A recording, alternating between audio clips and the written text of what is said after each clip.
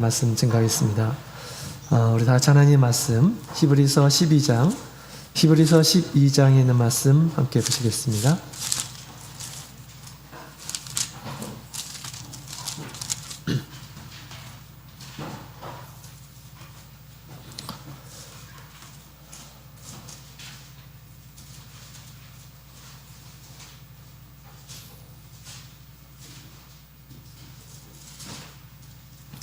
히브리서 12장 14절 우리 찾으셨으면 함께 읽도록 하겠습니다.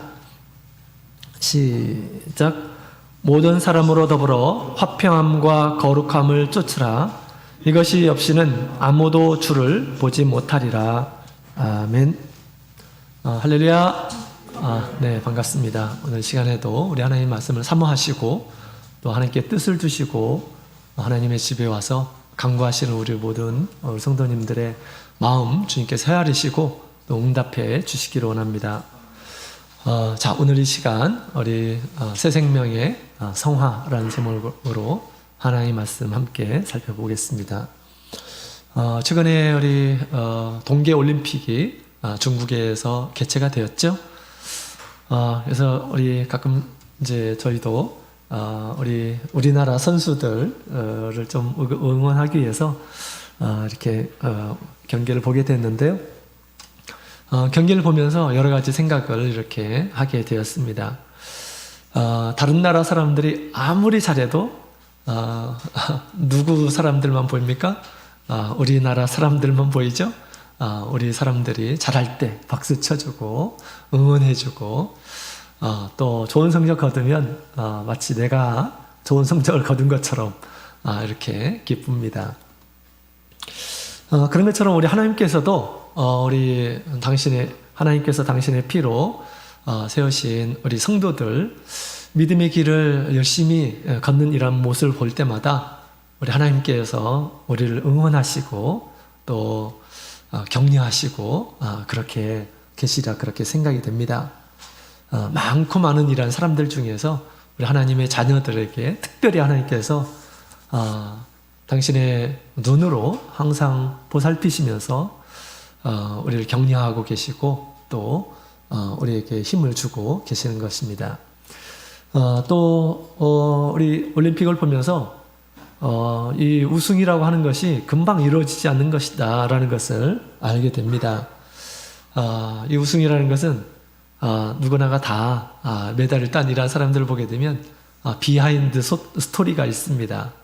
그냥 메달을 그냥 따는 것이 아니라 그 메달은 사실은 땀과 눈물의 결과다 이렇게 볼 수가 있죠.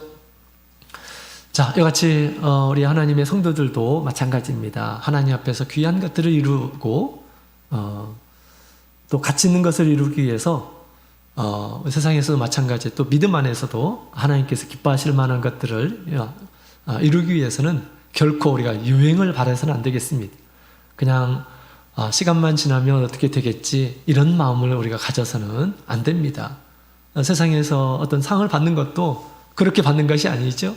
부단하게 열심히 땀을 흘리는 가운데 그런 결과가 있는 것입니다. 이것이 곧 우리 하나님의 법칙이죠. 우리 하나님의 법칙은 무엇입니까?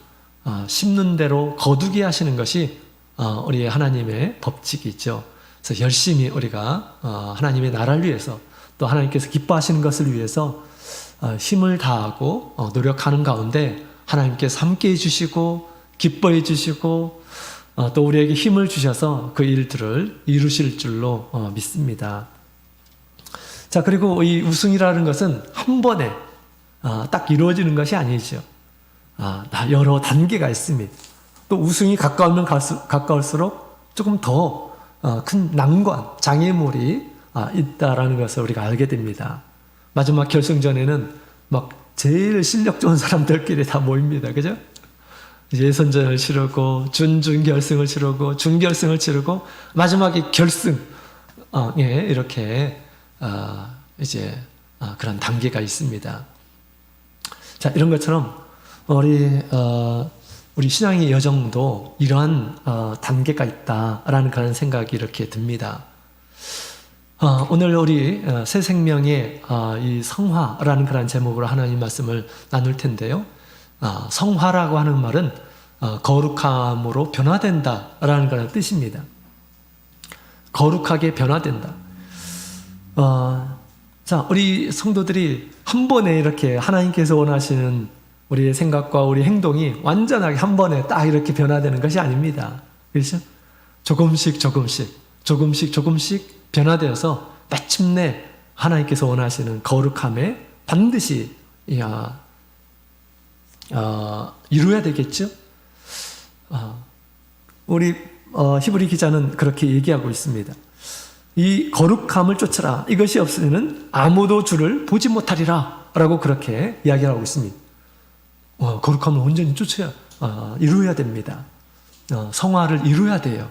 그럴 때 예수님께서 오실 때 우리가 당당하게 또 기쁜 마음으로 예수님을 맞을 수가 있는 것입니다. 많은 사람들이 오해할 수 있을 것 같아요.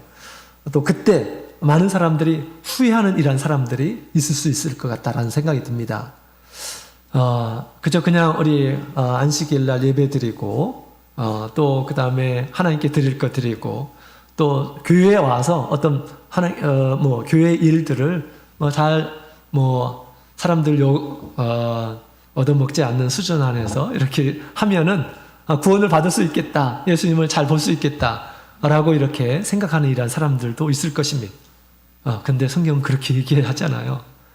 거룩함을 이루어야 된다라고 그렇게 얘기합니다. 거룩함을 이루지 못하면 주를 보지 못할 것이다 라고 그렇게 우리에게 얘기해주고 있습니다.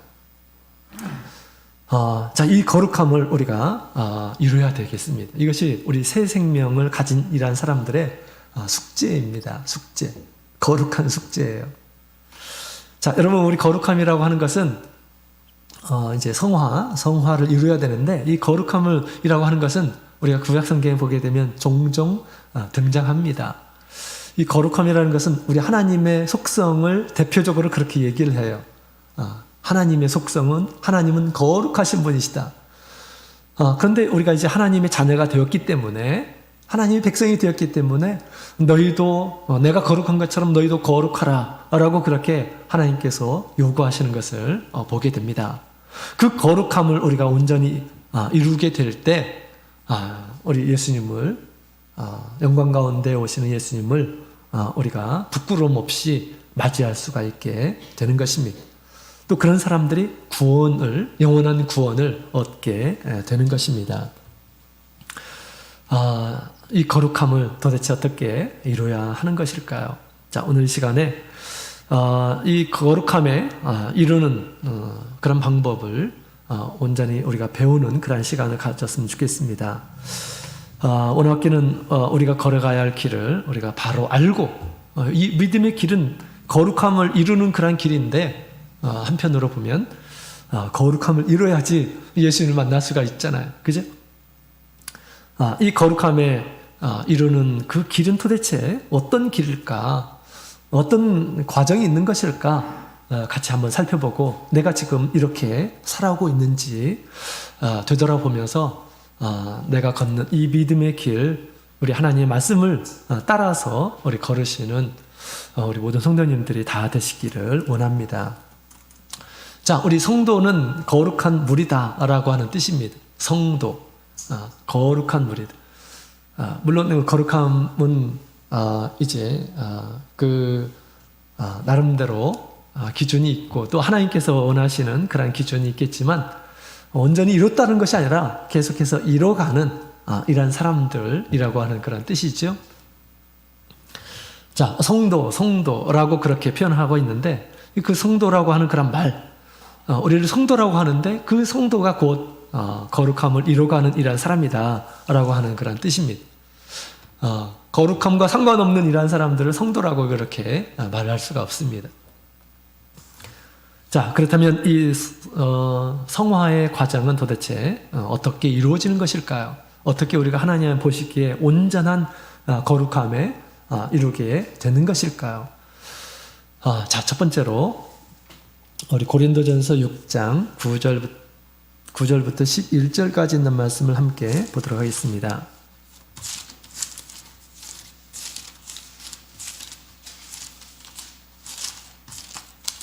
고린도전서 6장 9절부터 우리 11절. 자, 같이 읽겠습니다. 시작. 불의한 자가 하나님의 나라를 유업으로 받지 못할 줄을 알지 못하느냐.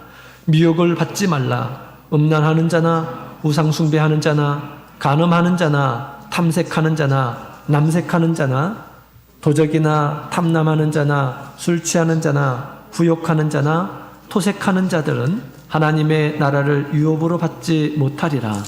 너희 중에 이와 같은 자들이 있더니 주 예수 그리스도의 이름과 우리 하나님의 성령 안에서 씻음과 거룩함과 의롭다 하심을 얻었느니라. 아멘. 자, 우리 첫 번째로는 우리가 거룩함을 얻기 위해서 첫 번째로는 물로 씻음을 받아야 합니다. 물로 씻음을 받아야 돼요.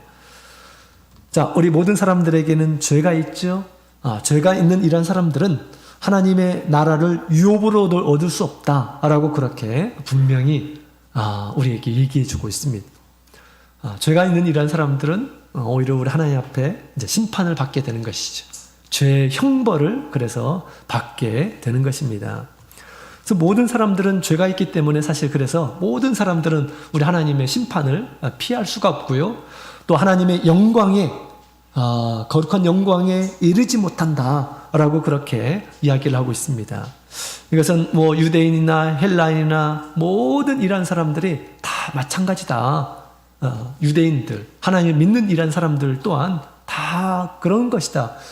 우리 바울 사도가 로마서 1장을 보게 되면 그렇게 표현을 하고 있죠. 모든 사람들이 죄가 있기 때문에 하나님의 나라에 이룰 수가 없습니다. 죄라고 하는 것은 도대체 무엇일까요? 죄라고 하는 것은 도대체 무엇일까? 죄라고 하는 것은 우리 하나님께서 뜻하시는 것이 아닌 것들이 다 모든 것이 다 죄입니다. 사람을 만드실 때 하나님께서 선한 뜻을 가지고 만드셨어요. 그 선한 뜻을 다 외면하게 되면 사실은 그건 다 죄이죠. 크게 보면 우리 하나님께 향한 그런 죄가 있습니다. 하나님께 향한 죄가 뭘까요? 로마서 1장에 있는 말씀을 보게 되면 하나님께서 사람을 만들었지만 그 사람이 하나님을 여기지 않고 믿지 않고 하나님께 영광을 돌리지도 않고 하나님께 찬양하지도 않고 하나님께 감사하지도 않고 모든 것들을 다 주시고 누리도록 하셨는데 전혀 하나님에 대해서 인식하지 못하고 감사하지 않고 이런 사람들을 우리가 세상에서는 배은망덕한 죄다라고 그렇게 제일 큰 죄죠. 사실은 또 그죠? 사람들이 하나님 앞에 행하는 그런 죄가 바로 그런 죄입니다. 뿐만 아니라 우리 이제 사람들과의 죄가 아주 다양한 그런 죄들이 아주 많이 있습니다. 자, 그런 죄들은 우리 하나님 앞에 다 이제 심판을 받아야 됩니다. 세상에 있는 모든 이러한 사람들이 우리 하나님 앞에 이렇게 거룩함에 이룰 수가 없습니다. 죄가 있어서. 심지어는 우리 모세도 마찬가지죠. 모세도 우리 하나님 앞에 바로 설 수가 없었습니다. 그래서 우리 하나님께서 당신을 우리 바위 사이에서 잠시 우리 하나님께서 뒷모습만 아주 잠시 이렇게 보여주었습니다. 그것은 무엇을 얘기하고 있습니까? 모세 또한 하나님의 영광에 이르지 못하는 그런 모습, 부족한, 거룩함이 부족한 그런 모습을 임을 우리에게 얘기해 주고 있습니다. 또한 죄는 우리 마침내 결국은 사망, 죽음이다라고 그렇게 이야기를 하고 있습니다. 그래서 죄가 있는 이런 사람들은 결코 우리 하나님의 나라에 이르지를 못해요. 그래서 우리 하나님께서는 이 죄인들을 아주 불쌍히 여기셔서 우리의 죄를 대신해서 우리 예수 그리스도를 통해서 담당하게 하시고 우리의 죄를 깨끗하게 해주시려고 우리 예수님께서 이 세상에 오시게 된 것이죠. 자, 우리 이제는 예수님께서 나의 죄를 대신해서 죽으셨다. 예수님은 나의 구주이시다. 라는 것을 우리가 믿고 받아들이고 또 예수님의 말씀을 따라서 우리가 세례를 받게 되면 구원을 받게 된다라고 그렇게 얘기합니다. 예수님께서 믿고 세례를 받는 자는 구원을 얻을 것이요 라고 그렇게 얘기했죠. 여기서 말하는 구원이라고 하는 것은 첫 번째로는 죄 사함입니다. 왜? 죄가 사함받지 못하게 되면 절대 하나님의 나라에 갈 수가 없어요. 거룩한 하나님의 영광에 이룰 수가 없습니다. 죄가 많으면 하나님을 볼 수가 없습니다.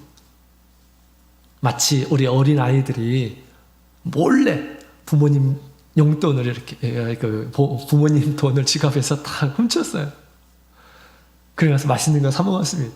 마음이 얼마나 가책이 되겠습니까? 그러면서 아빠의 얼굴을, 엄마의 얼굴을 제대로 볼 수 있을까요?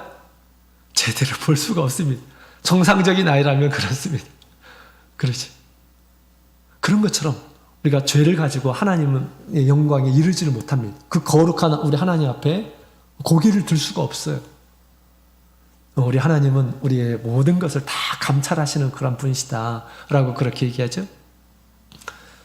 그런데 감사한 것은 우리의 모든 죄들을 깨끗하게 씻어주기 위해서 하나님께서 예수 그리스도를 보내주셔서 우리의 죄를 담당하게 해주셨다라는 것입니다. 그래서 이제 우리가 예수님의 이름으로 세례를 받음으로 우리의 죄가 깨끗하게 씻어지는 것입니다. 왜? 그 피에는 성령이 역사하시고 예수 그리스도의 보혈이 역사해서 우리의 죄를 깨끗하게 씻어주시는 것입니다. 그래서 세례를 받게 되면 우리의 죄가 깨끗하게 씻어지고요. 또 세례를 받는 이러한 사람들은 그리스도로 옷 입었다라고 그렇게 표현하죠. 색깔로 치자면 그 옷은 무슨 색일까요? 아마 흰색일 것입니다. 흰색. 색깔로 치자면. 그래서 우리 세례를 받은 이러한 사람들은 흰 옷을 입었습니다. 옛날에는 아주 더러운 옷, 시커먼 옷을 아니면 하나님 앞에 붉은 옷을 피를 흘린 옷 이런 옷을 입고 있었다고 한다면 이제 세례를 받은 이러한 사람들은 우리의 죄가 깨끗하게 씻어져서 마치 흰 옷을 입고 있는 것 같은 그런 모습으로 하나님 앞에 서게 될 것입니다. 많은 우리 성도님들께서 우리 교회의 우리 성도들을 보게 될 때 흰옷 입은 그런 모습으로 이렇게 보신 이런 분들의 감정을 이렇게 들어봅니다. 저희 아버님께서도 옛날에 순복음교회 다니시다가 저희 교회 와가지고 이제 믿음 생활을 하시는데 갑자기 우리 성도님들께서 우리 아버님과 어머님을 뺑 돌아 앉아가지고 막 기도해 주시는 것을 이렇게 보게 되었어요. 꿈에. 근데 다 흰 옷을 입고 있는 그런 모습으로 보였다라는 것입니다. 그때만 해도 우리 교회 참예수교회 사람들은 뭔가 조금 이상한 사람이다. 이렇게 순복음교회 다니면서 그런 이야기를 들었다는 거예요. 그런 마음으로 들었는데 하나님께서 마음을 열어주신 것 같아요. 성도들이 다 흰 옷을 입고 당신들보다 너무 이렇게 거룩한 그런 모습을 어린 아이들이라도 이제 그렇게 보였던 것입니다.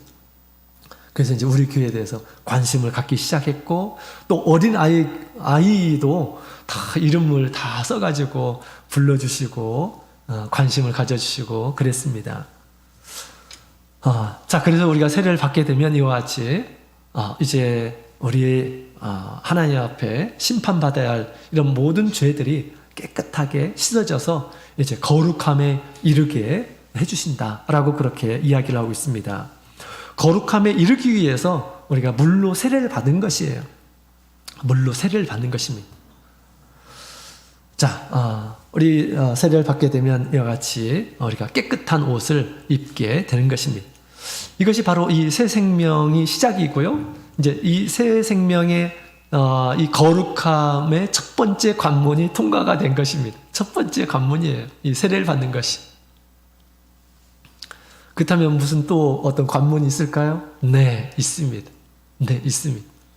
자, 여러분 우리가 세례를 받았다고 해서 그 후에는 뭐 전혀 죄를 짓지 않고 거룩하게 우리 마음도 거룩하고 우리 행위도 거룩하고 그럴까요? 그렇지를 않습니다. 그렇지 않아요. 그죠? 우리가 자기 자신을 속여서는 안 됩니다. 나는 세례를 받았으니까 이제 모든 것이 다 거룩하겠지? 천만의 말씀. 그렇지 않습니다. 거룩함에 이르게 하기 위해서 하나님께서는 우리에게 당신의 보혈로 우리를 깨끗하게 하신 것이에요. 지금까지의 모든 죄들을 깨끗하게 해준 것입니다. 거룩함에 이르게 하기 위해서. 세례를 받으면 그렇게 될 수 있어요. 그죠?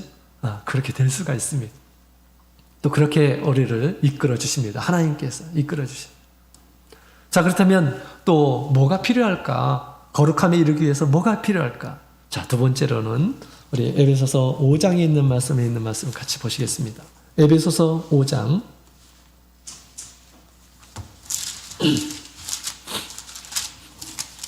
에베소서 5장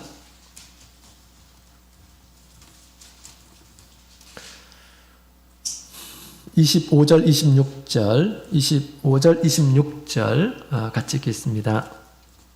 자, 27절까지 읽어볼까요? 시작. 남편들아 아내 사랑하기를 그리스도께서 교회를 사랑하시고 위하여 자신을 주심같이 하라. 이는 곧 물로 씻어 말씀으로 깨끗하게 하사 거룩하게 하시고 자기 앞에 영광스러운 교회로 세우사 티나 주름 잡힌 것이나 이것들이 없이 거룩하고 흠이 없게 하려 하심이니라. 아멘. 자, 우리를 거룩하게 하시는데 이 물로 거룩하게 할 뿐만 아니라 또 뭘로 거룩하게 합니까? 말씀으로 깨끗하게 하사 거룩하게 하시고 라고 그렇게 말씀하고 있습니다. 말씀이 우리를 깨끗하게 거룩하게 한다라고 그렇게 지금 얘기해주고 있는 것이죠. 우리 사람은 우리가 예수 그리스도의 보혈로 이렇게 이제 거듭났다 할지라도 죄의 속성이 그대로 남아 있습니다. 그러죠?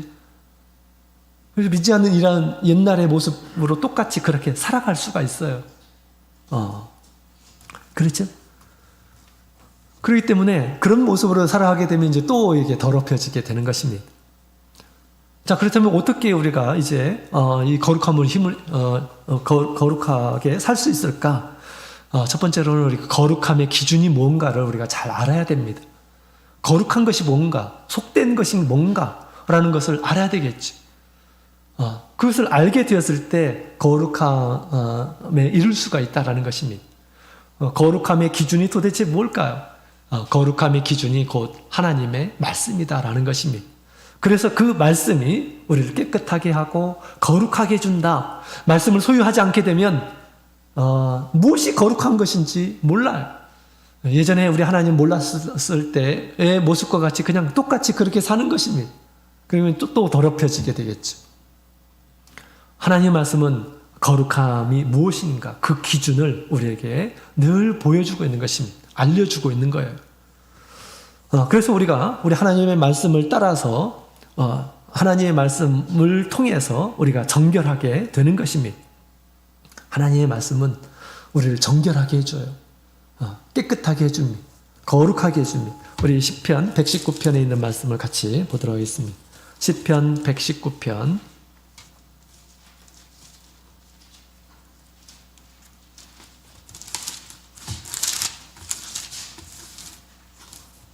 시편 119편 9절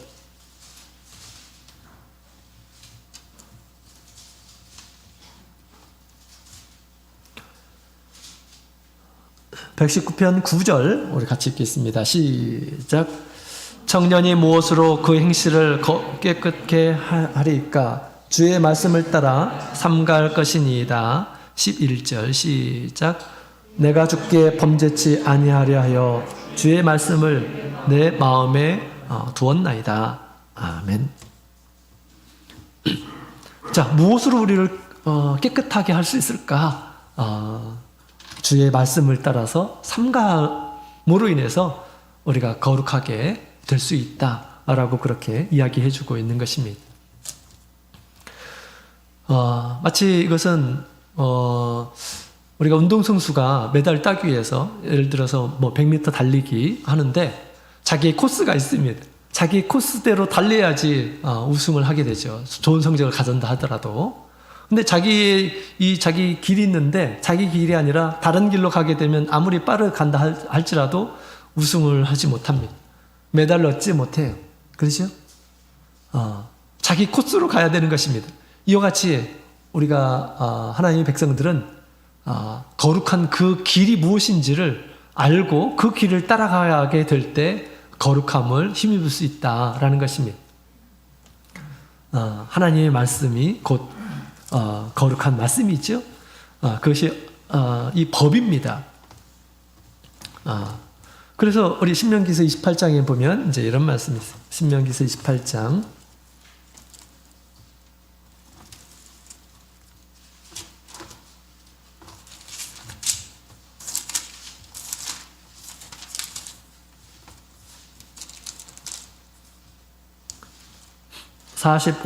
45절에 있는 말씀.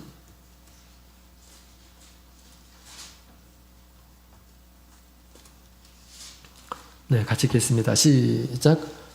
내가 내 하나님 여호와의 말씀을 순종치 아니하고 내게 명하신 그 말씀과 규례를 지키지 아니하므로 이 모든 저주가 내게 임하고 너를 따르고 내게 미쳐서 필경 너를 멸하리니 이 모든 저주가 너와 내 자손에게 영원히 있어서 표적과 감개가 되리라. 아멘. 자, 우리 신명기서에 있는 말씀은 우리 모세가 우리 이 세대들에게 주신 그런 설교의 말씀이죠. 이전에 호렙산에서 하나님께서 주셨던 모든 말씀들을 다시 한번 우리 이제 요단강을 앞두고 건너는 것을 앞두고 있는 제 2세대들에게 준 설교의 내용입니다. 여기 보게 되면 우리 하나님께서 지금까지 말씀하셨던 내용들에 대해서 계속 한 번 더 얘기하면서 계속 이 말씀을 따르라, 순종하라 라고 그렇게 얘기합니다.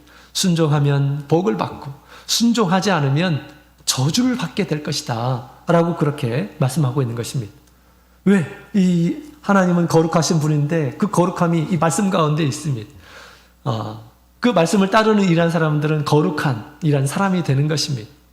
그러나 그 말씀을 따르지 않는 이란 사람들은 이제 거룩하지 않는 이란 사람이지요. 하나님 앞에 이제 죄를 짓는 이란 사람이 되는 것입니다.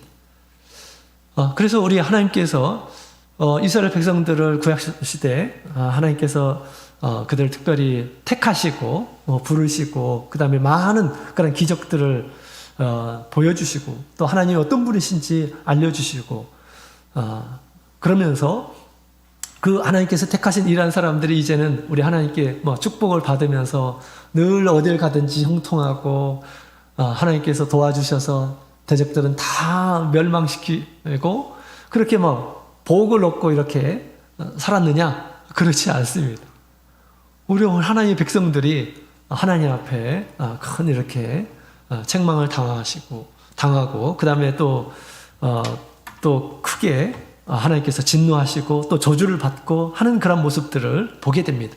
이것들을 보게 되면 하나님께서 당신의 백성들의 요구하는 것이 있다라는 것을 우리가 알게 됩니다. 그것이 뭐냐? 거룩함이다라는 것입니다. 이 거룩함이라고 하는 것은 우리 하나님의 말씀에 다 포함되어 있는 것입니다. 말씀 안에 하나님의 거룩함이 다 포함되어 있어요. 그래서 그 말씀을 쫓게 되면 그 하나님의 거룩한 길을 걸어가는 것이고 하나님께서 기뻐하시고 또 그들의 삶에 하나님께서 함께 해주시고 또 축복을 해주시는 것이죠. 그들이 무엇을 만나든지 형통한 그런 삶을 살게 해주십니다. 하나님의 말씀을 따라서 살게 되면. 그렇죠? 그러나 그렇지 못하게 되면 하나님께서 이제 분노하시고 또 하나님께서 그들에게 또 징계하시고 하신 그런 모습들을 보게 됩니다. 자, 그래서 우리가 열심히 우리 하나님의 말씀을 배우고 듣고 보고 또 묵상하고 또 지키려고 노력을 해야겠습니다. 그래서 평상시 우리 그리스도의 말씀이 풍성하게 거하여서 너희가 피차 서로 가르치고 권면하라 라고 그렇게 얘기합니다. 그 거룩한 말씀으로 서로 그렇게 살도록 권면하라, 가르치라 라고 그렇게 이야기를 하고 있습니다. 말씀은 정말 우리에게 너무너무 중요한 것입니다. 말씀은 곧 능력이기도 하고 또 말씀 곧 하나님이십니다. 그죠? 내가 말씀을 가졌다라고 하는 것은 주님께서 나와 함께 계신다 라고 하는 그런 뜻이기도 하죠. 예수님께서 마귀를 이기실 때 마귀는 우리로 하여금 하나님 앞에 죄를 짓도록 하고 또 하나님의 뜻을 이루지 못하도록 하고 거룩함에 이르지 못하도록 하는 그런 방해꾼이다라고 그렇게 말을 할 수가 있죠. 근데 예수님께서는 하나님의 말씀을 가진 그런 모습으로 이 마귀를 이기는 그런 모습을 보게 됩니다. 하나님의 말씀이 얼마나 유력적인가라는 것을 우리가 또 알 수가 있어요. 열심히 우리 하나님의 말씀을 지키게 되면 그 말씀이 사실은 우리를 지켜주게 됩니다. 하나님께서 안식일을 거룩히 지켜라 라고 그렇게 말씀하시죠. 또 모이기를 힘쓰라 라고 그렇게 말씀하시죠. 그 말씀을 따라서 살게 되면 그 말씀이 사실은 우리를 다 이렇게 지켜주는 것입니다. 우리를 거룩하게 해주는 거예요. 그 말씀이. 자, 그래서 이 말씀으로 인해서 우리가 거룩하게 될 수 있음을 우리에게 얘기해 주고 있고요. 또 구약시대 끊임없이 하나님께서 백성들에게 이 말씀을 가까이 하라, 이 말씀을 지키라, 그러면 어디를 가든지 형통하리라 라고 그렇게 말씀하시는 것이죠.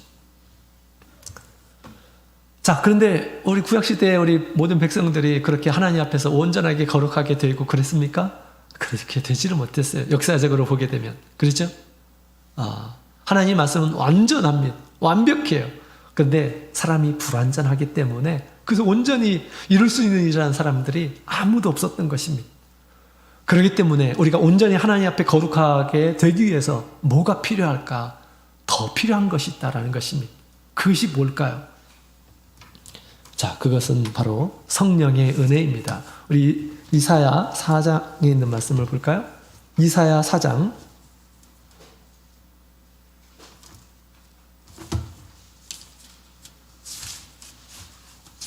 이사야 4장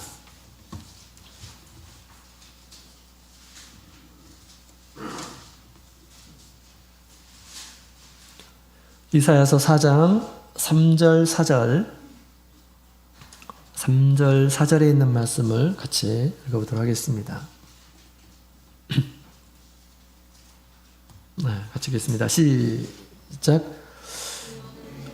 시온에 남아있는 자, 예루살렘에 머물러 있는 자, 곧 예루살렘에 있어 생존한 자 중 농명된 모든 사람은 거룩하다 칭함을 얻으리니 이는 주께서 그 심판하는 영과 소멸하는 영으로 시온의 딸들의 더러움을 씻으시며 예루살렘의 피를 그 중에서 청결케 하실 때가 됨이라. 아멘. 자, 마지막까지 우리 영적인 하나님의 나라 예루살렘, 영적인 예루살렘, 바로 교회를 가리켜서 얘기하죠. 이 교회의 마지막까지 남아있는 이러한 사람들은 거룩한 자다라고 그렇게 얘기합니다. 거룩하지 못하기 때문에 거룩한 모임에 함께하지 못하는 그런 경우들도 있어요. 예수님께서 그렇게 말씀하셨죠. 우리 더러운 가지들은 찍어서 버립니다. 그죠? 그래서 우리 예루살렘에 남아있는 이러한 사람들은 거룩하다라고 그렇게 얘기하는데 어떻게 해서 그들이 거룩하게 되었느냐?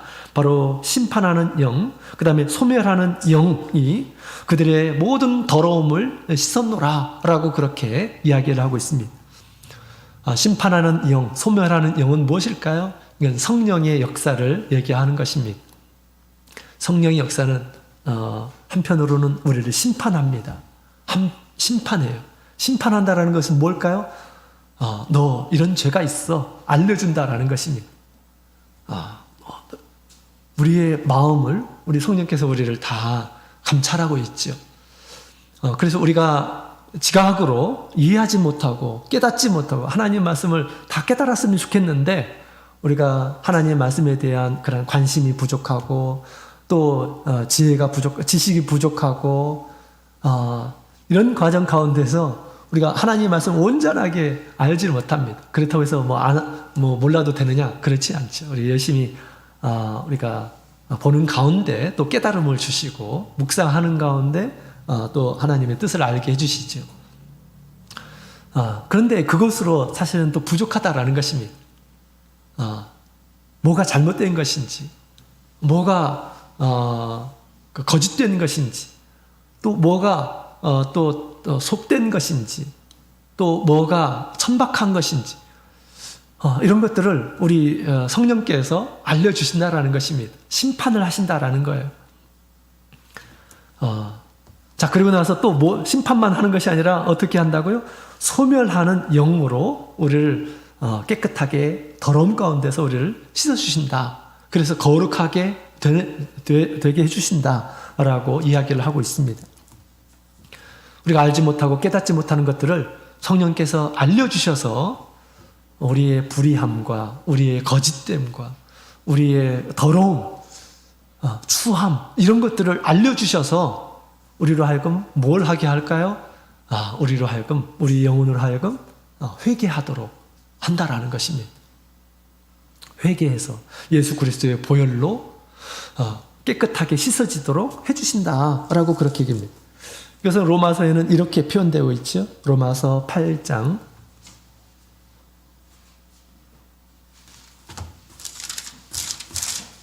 로마서 8장 26절 로마서 8장 26절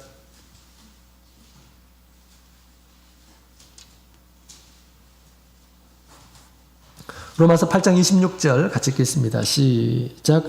이와 같이 성령도 우리 연약함을 도우시나니 우리가 마땅히 빌 바를 알지 못하나 오직 성령이 말할 수 없는 탄식으로 우리를 위하여 친히 간구하시느니라. 아멘. 우리가 알지 못하는 것들을 성령께서는 대신해서 우리 영혼의 형편들을 다 알고 우리를 위해서 기도해 주신다라는 것입니다. 우리를 위해서 우리가 기도할 때, 성령으로 기도할 때, 성령을 의지해서 기도하게 될 때, 성령이 우리를 위해서 대신해서 기도하는 가운데에서 우리로 하여금 마땅히 기도해야 될 것들을 알게 해주신다라는 것입니다. 그래서 우리 성령께서 우리 가운데에 성령이 충만한 가운데에서 내가 잘못된 것이 무엇인가라는 것을 깨닫게 해주고 그 다음에 그 부끄러운 것들을 온전히 깨닫게 되었을 때 우리가 철저하게 자기를 낮춰서 하나님 앞에 회개하도록 만드는 것입니다. 자, 그래서 우리 성령의 감동을 결코 소멸하지 말아야 된다라고 그렇게 성경은 이야기를 하고 있는 것이죠.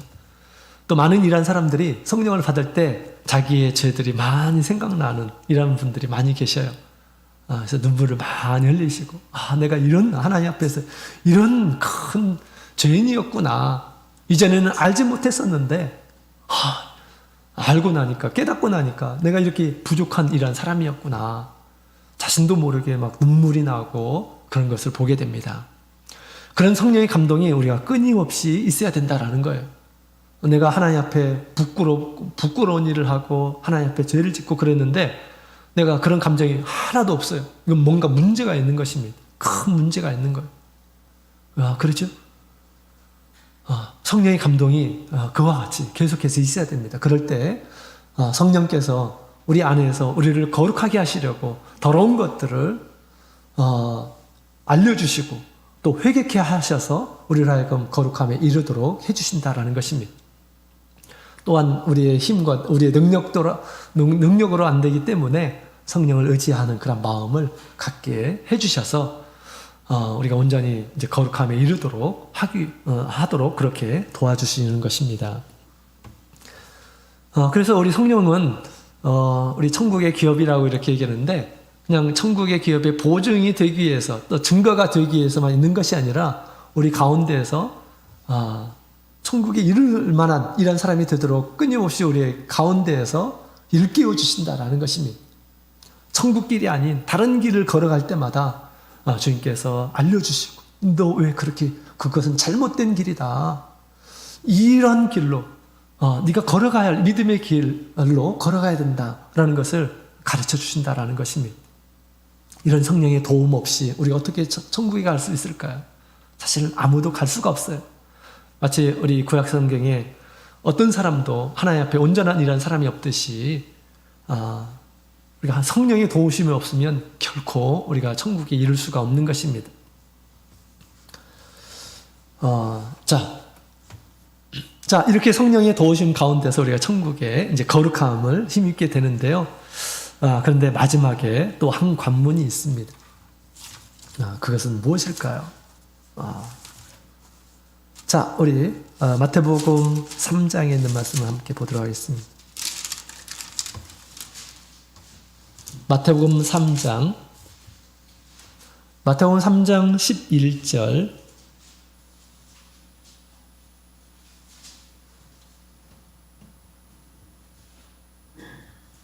마태복음 3장 11절 같이 읽겠습니다. 시작. 나는 너희로 회개케 하기 위하여 물로 세례를 주거니와 내 뒤에 오시는 이는 나보다 능력이 많으시니 나는 그의 신을 감당치 못하겠노라.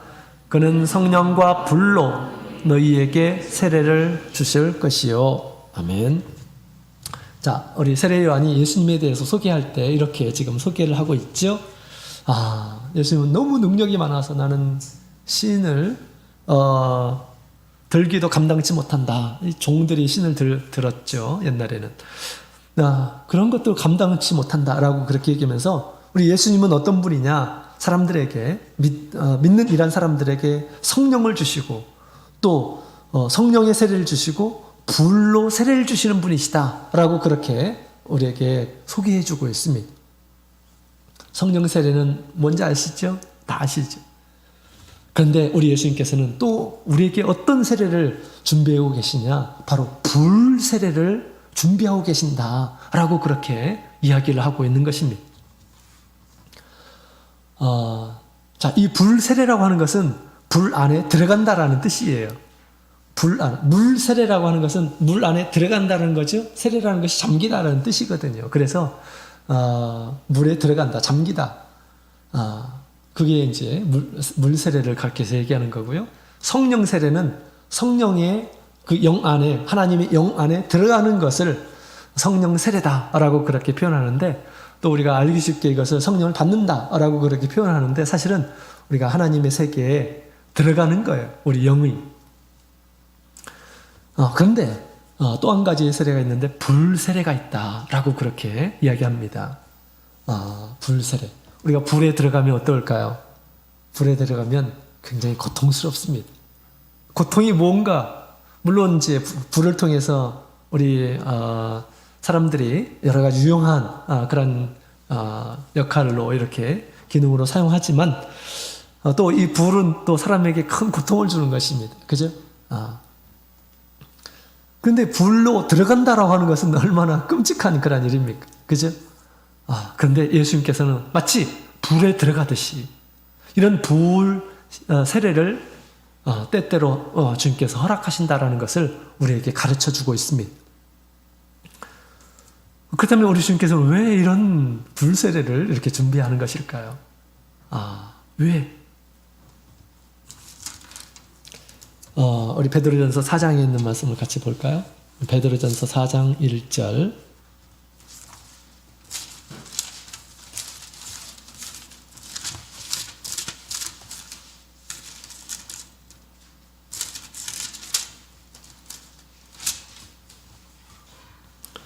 베드로전서 4장 1절 같이 읽겠습니다. 시작. 그리스도께서 이미 육체의 고난을 받으셨으니 너희도 같은 마음으로 갑옷을 삼으라. 이는 육체의 고난을 받은 자가 죄를 그쳤음이니. 아멘. 자, 2절. 그 후로는 다시 사람의 정욕을 쫓지 않고 오직 하나님의 뜻을 쫓아 육체의 남은 때를 살게 하려 함이라. 아멘. 자, 예수님께서 죄를 이기시는 그 장면을 이렇게 묘사하고 있습니다. 예수님께서 육체의 고난을 받았기 때문에 죄를 이기신 분이시다 라고 그렇게 얘기하죠. 우리도 마찬가지 같은 마음으로 이 불세례를 임해야 될 것임을 지금 이야기를 하고 있는 것입니다. 불세례라고 하는 것은 어떤 개념이냐면 우리 철이 여러 가지 불순물이 있어요. 그 불순물을 깨끗하게 하고 순수한 철, 그 다음에 순수한 금, 은 이런 것들을 재련하기 위한 그런 과정으로 불에 들어가도록 하고 그런 그 더러운 것들, 이물질 이런 것들을 이렇게 이제 제거해서 더 정제된 이런 금속들을 만들기 위해서 이런 이제 옛날에 불을 이렇게 사용을 했죠. 이와 같이 우리의 어떤 신앙에서 우리의 믿음을 더욱 그 실현하고 또 징계함을 통해서 단련하기 위해서 하나님께서 주시는 것임을 우리에게 얘기해 주고 있는 것입니다. 우리가 현명한 일한 사람들은 이렇게 이런 것을 받지 않아도 됩니다. 현명한 사람들은 어떤 사람이 현명한 사람일까요? 우리가 세례를 받았기 때문에 내가 이제 거룩한 사람이구나. 그러면 내 거룩한 사람으로서 새 생명을 가진 이러한 사람으로서 하나님의 말씀, 거룩한 말씀을 따라서 살아야 되겠구나라고 생각하는 이러한 사람들은 사실 불세례가 필요가 없습니다. 불세례가 왜 필요하냐? 하나님의 말씀을 분명히 알매도 불구하고 또 성령의 뜻을 통해서 내가 어떻게 살아야 될지 분명히 알려주셨음에도 불구하고 그렇게 살지 않을 때 이때 뭐가 필요합니까? 불세례가 필요한 것입니다. 불세례가. 시련이라고 하는 것이 필요하다라는 것이에요. 우리 어린아이들도 다 자기가 알았다고 해서 다 행동합니까? 다 안다고 해서 다 행동합니까? 그렇지는 않아요. 그렇기 때문에 어느 정도 나이가 들게 되면 초달을 해야 된다. 성경은 그렇게 얘기하고 있죠. 알매도 불구하고 실천하지 않아요. 그럼 어떻게 됩니까? 그냥 버려두면 됩니까? 그건 사랑하는 부모님이 아니죠. 제대로 지혜를 써서 바른 길을 걸어가도록 그렇게 해줘야 되잖아요. 그죠? 말로 많이 했는데도 안 되면 어떻게 됩니까? 혼을 내서라도 그렇게 해야 되잖아요. 그죠? 이와 같이 우리 예수님께서도 우리를 거룩함을 위해서 그렇게 하시는 분이시다. 불세례를 주시는 분이시다. 라고 그렇게 성경은 이야기하고 있습니다. 왜? 우리를 하여금 죄를 그치고 거룩함에 이르러서 이제는 육체의 욕심대로 사는 것이 아니라 남은 기간 이제 하나님의 뜻을 따라서 살도록 하시려고 우리에게 이런 것들을 허락하신다라고 이야기를 하고 있는 것입니다. 더욱 우리가 하나님 앞에서 온전한 그런 모습으로 주님의 뜻을 따르게 하기 위해서 우리에게 징계라고 하는 것들을 허락하신다라는 것입니다. 불세례가 바로 징계라는 것을 얘기하는 거예요. 징계, 아픔.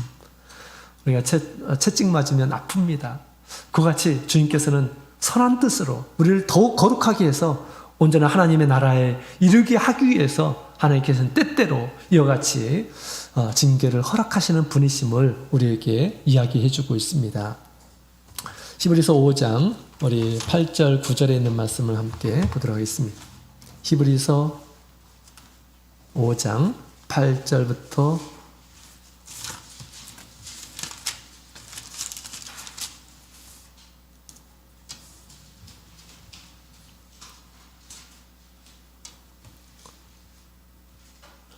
8절 9절 히브리서 5장 8절 9절 시작. 그가 아들이시라도 받으신 고난으로 순종함을 배워서 온전하게 되었은즉 자기를 순종하는 모든 자에게 영원한 구원의 근원이 되시고. 아멘. 자, 예수님께서 고난 가운데 순종함으로 인해서 하나님의 뜻을 이루었다라고 그렇게 얘기하죠. 그래서 우리 하나님 앞에 징계를 받을 때 이런 모습으로 하나님 앞에 나가야 됩니다. 하나님께서 나를 미워하시니까 하나님께서 이렇게 하시는 거 그렇게 생각해서는 안 돼요. 우리를 위해서 또 우리에게 영혼의 구원을 위해서 거룩함을 위해서 특별하게 주님께서 우리에게 주신 것이다. 그럴 때 우리가 어떻게 될까요? 고난을 달게 받고 주님의 뜻에 순종함을 배워야 한다라고 그렇게 이야기를 하고 있는 것입니다. 우리 믿음의 사람들은 사실은 우리가 잘 보게 되면 다 이런 하나님께서 정말 귀하게 쓰는 이런 사람들일수록 이런 징계를 허락하시는 것을 보게 됩니다. 여러분, 우리 다윗이 무고한 이런 사람을 죽여서는 안 된다라는 것을 몰랐을까요? 그래서 우리아를 죽였을까요? 몰라가지고 그랬을까요? 다윗이 남의 아내를 취하는 것이 잘못됐다라는 것을 몰랐을까요? 다 알았습니다. 그죠? 이미 다 알았어요. 그럼에도 불구하고 욕심에 그런 큰 범죄를 하게 되었습니다. 우리 하나님께서 이제 그때서부터 하나님께서 이제 불세례를 그에게 주죠. 큰 징계를 줍니다. 그는 몰래 그런 행위를 했는데 우리 하나님께서는 모든 사람들 앞에서 그의 죄악들이 드러나도록 그렇게 하시고요. 또 한 번이 아니라 계속 살아가는 동안 그 자기의 이 범죄를 계속해서 알도록 하고 끊임없이 자기 자신을 이렇게 근신하도록 그렇게 하나님께서는 그에게 징계를 주셨음을 알게 됩니다. 이것이 우리 하나님께서 사랑하는 이란 사람들에게 그 영혼을 포기하지 않기 위해서 하나님께서 주시는 그런 방법이에요. 내가 하나님 앞에 정말 너무나 부족하고 내가 스스로 생각할 때 그럼에도 불구하고 하나님께서 징계를 주지 않는다 한다면 내가 되돌아봐야 돼요. 정말 하나님께서 나를 버리셨나? 이런 생각을 해야 됩니다. 그죠? 작은 것에도 우리 하나님께서 양심을 이렇게 어기고 그럴 때마다 우리 주님께서 이렇게 하시는 일한 사람들은, 이렇게 대우하는 일한 사람들은 복된 일한 사람들이다 라는 그런 생각이 듭니다. 옛날에 제가 한 교회에 목회를 하고 있는 가운데 이런 일이 있었어요. 이제 우리 학생부 영어회가 이렇게 이제 시작이 됐습니다. 그때가 여름에 영혼회였던 것 같아요.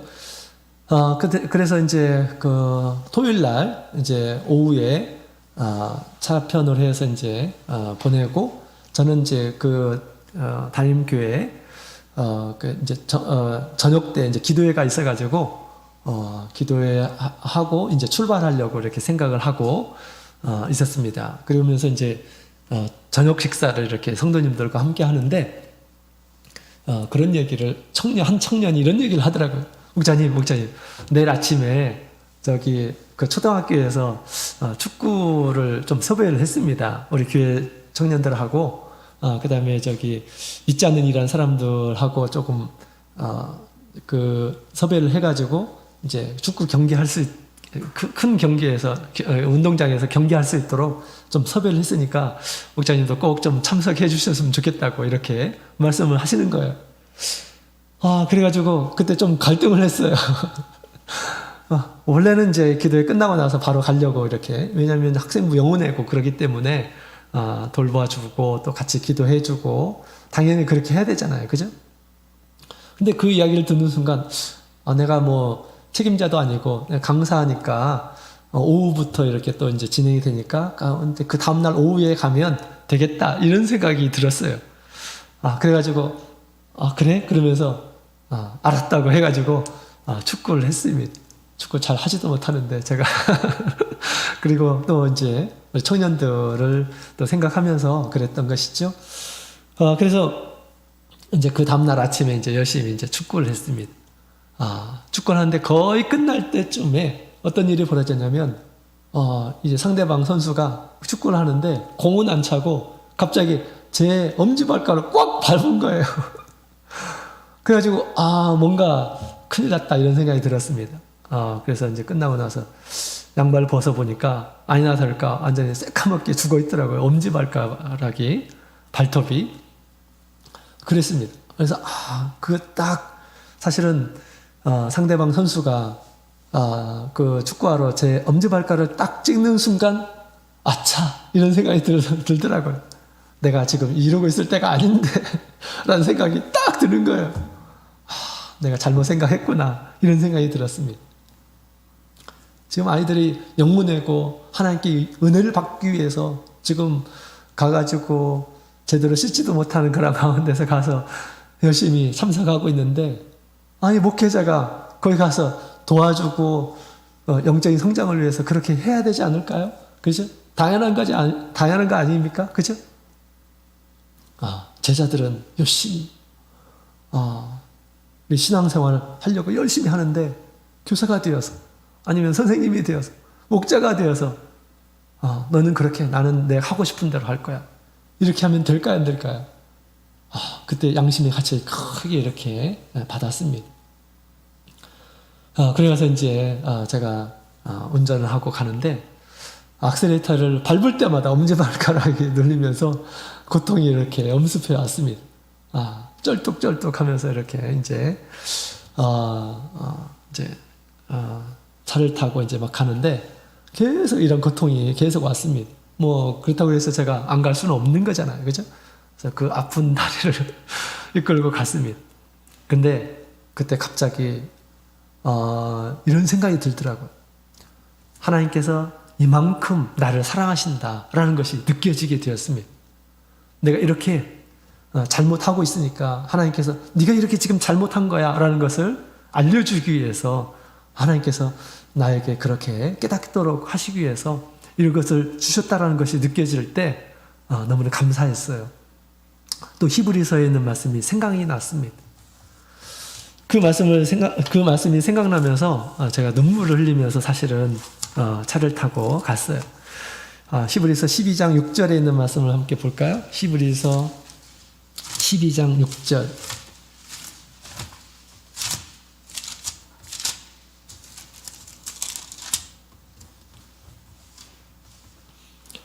히브리서 12장 6절 같이 읽겠습니다. 시작. 주께서 그 사랑하시는 자를 징계하시고 그 받으시는 아들마다 채찍질 하심이니라 하셨으니 너희가 참음은 징계를 받기 위함이라 하나님의 아들과 같이 너희를 대우하시나니 마치 아비가 징계하지 않는 아들이 있으리요. 아멘. 자, 이 말씀이 이렇게 생각나면서 하나님께서 나를 이렇게 사랑하시는구나 라는 그런 생각을 하게 되었습니다. 그러면서 하나님 저를 버리지 않아서 감사합니다. 또 이렇게 깨닫게 해주셔서 감사합니다. 그렇게 이제 감사하면서 갔습니다. 여러분 그 다음부터 제가 어떻게 했을까요? 영혼에 있을 때 제가 축구하러 갔을까요? 안 갔을까요? 갔다면 정말 미련한 사람이겠죠. 그죠? 바로 하나님의 그 간섭은 아주 너무너무 기막힙니다. 그죠? 정말 우리가 그래서는 안 될 것들을 하나님께서 이 불 세례를 통해서 깨끗하게 청산하게 하시고 절대 이제 이래서는 안 되겠다. 목회자의 그 역할들이 무엇인지를 우리 주님께서 올바로 알게 해주시고 그 다음에 하나님의 뜻을 따르도록 그렇게 만들어 주신 것입니다.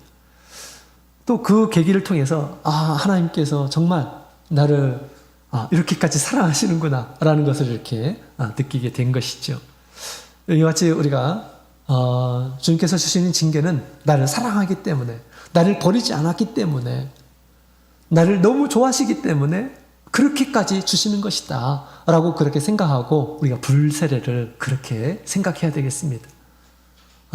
우리가 막 불평하는 마음으로, 그런 마음으로 우리가 불세례를 우리가 받아서는 안 되겠습니다. 그럼 별로 유익이 없어요. 유익이 없어요. 그죠? 믿음의 마음으로 나를 돌아보도록 이렇게 하려고 그러시는구나. 나를 온전하게 하시려고. 마치 욥과 같이 하시려고 하시는구나. 주님께서는 우리에게 이와 같이 인생의 막대기를 통해서 우리의 부족한 것들을 온전하게 하시고 또 깨끗하고 거룩하게 하시려고 이와 같은 그런 단계로서 우리를 대우하고 계시는 것입니다. 자, 그래서 다시 정리하자면 물로 씻으시고 또 말씀으로 부단하게 깨끗하게 씻으시고 또 우리에게 성령을 주셔서 성령을 통해서 깨닫게 해주시고 거룩하게 해주시고 뿐만 아니라 불세례를 통해서 우리를 더욱 정결하게 깨끗하게 해서 하나님 앞에 거룩한 모습으로 주님의 나라가 이루어지게 될 때 주님을 영접할 수 있도록 해주시리라 이렇게 믿습니다. 이런 과정 가운데서 우리를 온전하게 해주시죠. 그래서 완전하게 이제 거룩한 모습은 어떤 모습일까? 완전하게 거룩하게 된 그런 모습은 도대체 어떤 모습일까? 자, 이런 모습이 아닐까 생각이 됩니다. 우리 빌립보서 4장 8절에 보면 이런 말씀이 있어요. 정말로 형제들아 무엇에든지 참되며 무엇에든지 경건하며 무엇에든지 오르며 무엇에든지 정결하며 무엇에든지 사랑할 만하며 무엇에든지 칭찬할 만하며 무슨 덕이 있든지 무슨 기름이 있든지 이것들을 생각하라. 너희는 내게 배우고 받고 듣고 본 바를 행하라. 아멘. 우리 다른 성경을 보니까 참되고 고상하고 옳고 순결하고 아름답고 존경할 만한 것들을 생각하십시오 라고 그렇게 얘기하고 있습니다. 우리 하나님께서는 그렇게 온전함에 이르도록 인도하신다라는 것입니다. 부족함이 있을 때마다 깨닫게 해주시고 또 내가 알매도 불구하고 또 그렇게 실천하지 않게 되면 하나님께서는 방법이 있어요. 그런데 우리가 이것을 믿음으로 받아들이게 될 때 그것이 우리에게 이제 정말 우리의 삶이 더욱 온전하게 거룩하게 될 줄로 그렇게 생각이 됩니다. 이런 사람들이 나중에는 거룩한 성에 들어가게 되는 것입니다. 거룩한 사람들이 거룩한 성에 들어가는 거예요. 더러운 사람들은 결코 거룩한 성에 들어갈 수가 없습니다. 우리 하나님의 나라는 거룩한 나라예요. 그 거룩한 나라에 이르게 하시려고 우리를 거룩함에 이르도록 계속해서 주님께서 우리를 인도하고 계신다라는 그런 사실입니다. 그 인도하심에 우리가 믿음의 길을 계속해서 우리가 뚜벅뚜벅 걸어갈 때 언젠가는 반드시 그렇게 이루어지리라 그렇게 생각이 됩니다. 거룩함으로 자기 자신을 지키고 예수님께서 영광 가운데 오실 때 영접받아서 그 나라에 가시는 우리 모든 성도님들이 다 되시기를 주님의 이름으로 축원합니다. 다시 묵도드리겠습니다. 할렐루야. 아멘. 다 같이 찬송가 217장 찬송하시겠습니다.